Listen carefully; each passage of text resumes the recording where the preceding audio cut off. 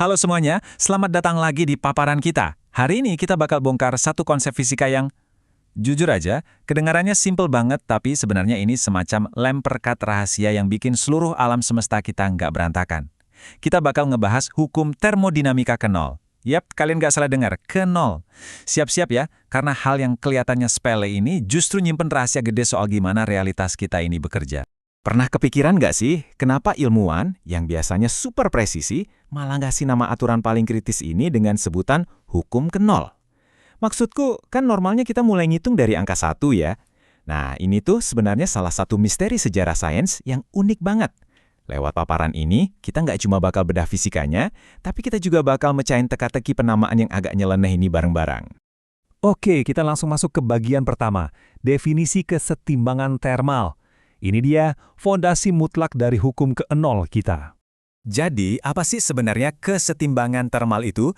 Gampangnya gini, ini tuh kondisi di mana udah sama sekali nggak ada lagi pertukaran panas antara objek-objek yang bersentuhan. Coba bayangin kalian ninggalin secangkir kopi panas di atas meja. Lama-lama suhunya bakal turun dan sama persis kayak suhu ruangan kan? Nah, di titik itu transfer panasnya benar-benar berhenti total. Mereka udah berimbang secara sempurna. Itulah kesetimbangan termal. Kalau kita bikin rumus matematisnya, wah ini sederhana banget. Kalau objek A itu ada dalam kesetimbangan termal dengan objek B, dan di saat yang sama objek A juga setimbang dengan objek C, maka kesimpulannya mutlak. Objek B dan objek C pasti bakal setimbang juga kalau mereka berdua dihubungkan. Sesederhana itu logikanya. A sama dengan B, A sama dengan C, ya berarti B sama dengan C. Nah, aku tahu banget apa yang ada di kepala kalian sekarang. Kalian pasti mikir, loh, bukannya itu udah pasti ya? Iya jelas dong logikanya begitu. Wajar banget. Hampir semua orang bakal mikir kalau aturan ini tuh terlalu jelas, gampang ditebak, dan kayaknya ngapain sih repot-repot dijadiin sebuah hukum fisika segala? Eits, tunggu dulu. Jangan sampai terjebak. Karena justru pemikiran meremehkan inilah jebakan yang mau kita masuki sekarang. Biar kelihatan kenapa hukum ini tuh super krusial, ayo kita main-main sedikit di bagian kedua ini.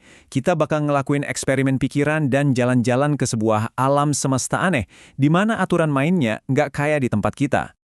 Yang bikin seru nih, kita bakal pakai 3 material sehari-hari yang sifatnya beda jauh buat eksperimen imajiner kita ini. Kita punya air yang jadi objek A, terus daun buat objek B, dan sepotong besi keras sebagai objek C. Yuk kita lihat apa jadinya kalau benda-benda ini saling bersentuhan di alam semesta paralel yang absurd ini. Oke, kita mulai tes pertamanya. Kita sentuhkan si air sama daun. Wah, mantap! Mereka berhasil capai kesetimbangan termal. Kelihatannya normal-normal aja kan? Lanjut ke langkah kedua, kita sentuhkan air sama si besi. Sekali lagi, hasilnya sempurna. Mereka juga bisa mencapai kesetimbangan. Sejauh ini, alam semesta aneh ini kelihatannya baik-baik aja, dan fisika masih bekerja seperti biasa.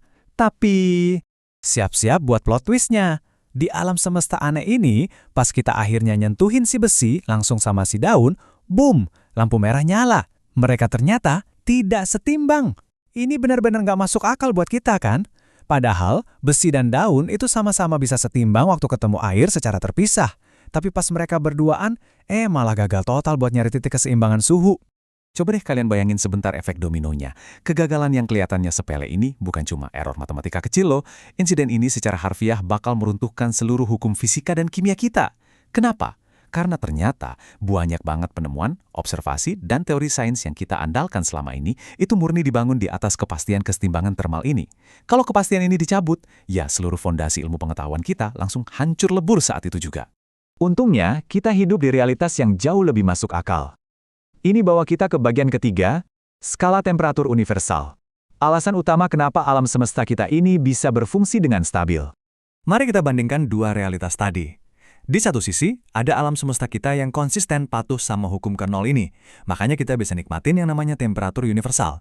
Di sisi lain, ada alam semesta aneh tadi, di mana karena nggak ada hukum itu, kita kehilangan standar suhu mutlak. Kalian bayangin aja, kalian harus nebak-nebak dan bikin skala suhu baru untuk tiap benda yang beda.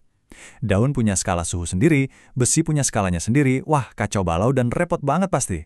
Ini ngarahin kita ke satu pertanyaan mendasar, emangnya temperatur itu apa sih? Sebenarnya, temperatur itu cuma satu properti spesifik yang nilainya sama persis yang dibagikan secara identik antara dua objek, hanya ketika mereka berdua ada dalam kondisi kesetimbangan termal. Jadi konsep temperatur atau suhu yang kita kenal sekarang, itu cuma masuk akal karena ada jaminan universal dari hukum ini.